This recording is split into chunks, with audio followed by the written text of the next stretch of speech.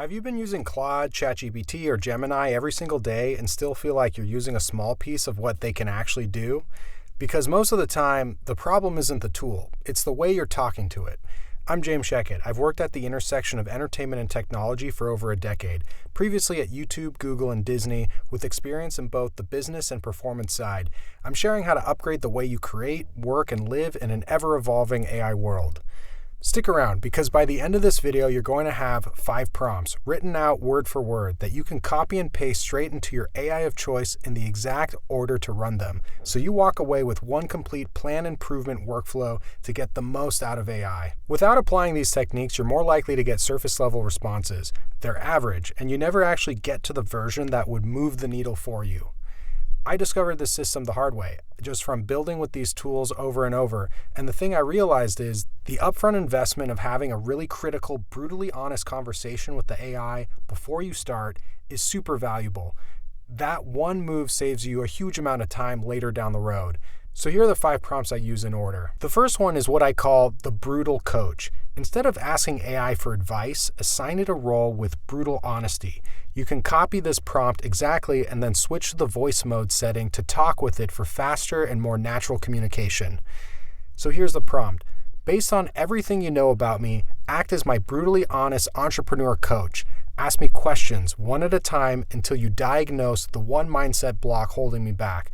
Then compress my plan into a 2-week sprint that proves I can succeed. Here's what ends up happening. It asks you follow-up questions. It almost psychoanalyzes you, and then it nails the thing you've been feeling but haven't wanted to admit, the thing making you procrastinate, the thing overwhelming you, the thing quietly stopping you from moving forward. Once it surfaces that, it gives you a clean plan and exactly what to do next. So as you get started with it, and as you're hitting your rhythm, you move on to prompt 2. Prompt 2 is the pattern spotter. Now that you've got a roadmap and you're actually moving, this is the one I run on a regular basis to keep things sharp. Instead of asking what to do, ask what it sees you doing. So here's the prompt. Based on what you've observed about how I work every day, recommend skills, agents, or systems that would create the biggest efficiency gains for me specifically. So as it gets to know how you work, it figures out where you can get the most leverage. One good example for me, it told me to repurpose my content. It noticed what I was making, and it pointed out that I could literally take one YouTube video and turn it into a Substack draft, and turn that same piece into a LinkedIn post. It was super helpful. I've been applying that ever since. Once it gives you a recommendation that excites you, the one that, hits the hardest, pick that one. And then before you even execute on it, run it through prompt 3. So prompt 3 is the flip. Here's what most of us do. We're tempted to just ask AI to do that thing for us. Don't. Before you get there, ask it this. What's the best way to do this? That's it. That's the whole prompt.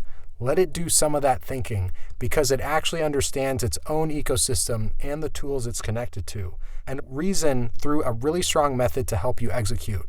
Usually it reveals something better than what you would have thought to delegate yourself, and honestly, this works in almost any situation. That tiny flip is what turns AI from an order taker into an intelligent strategist.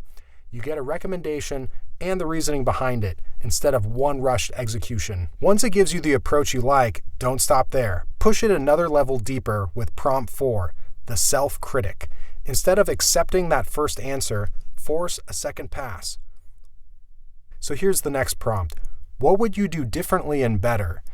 Here's why this hits. Even when you get a great answer, that first answer is biased by the context of everything you and it already discussed. This question lets it step outside of all that.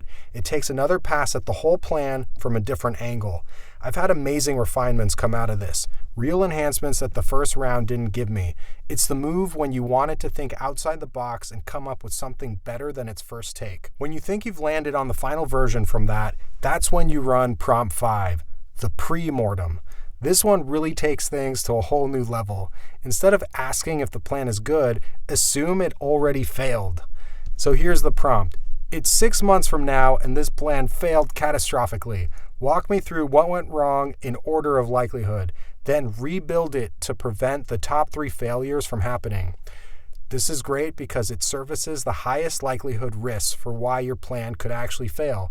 and then it bakes the prevention straight into the plan, so you're not just hoping, you're already mitigated. So that's the 5-prompt system: brutal coach, pattern spotter, the flip, the self-critic, the pre mortem. It takes any big project and wraps it up into a really tight, bulletproof plan. So give it a shot. Run it on whatever you're working on right now, and drop a comment letting me know how it goes, or what else you want help with. If you want the next move from here, go check out my Always On AI Agent video, link in the description. That's the one where I show how I use Claude and Google together to automate most of my digital life with an Always On agent.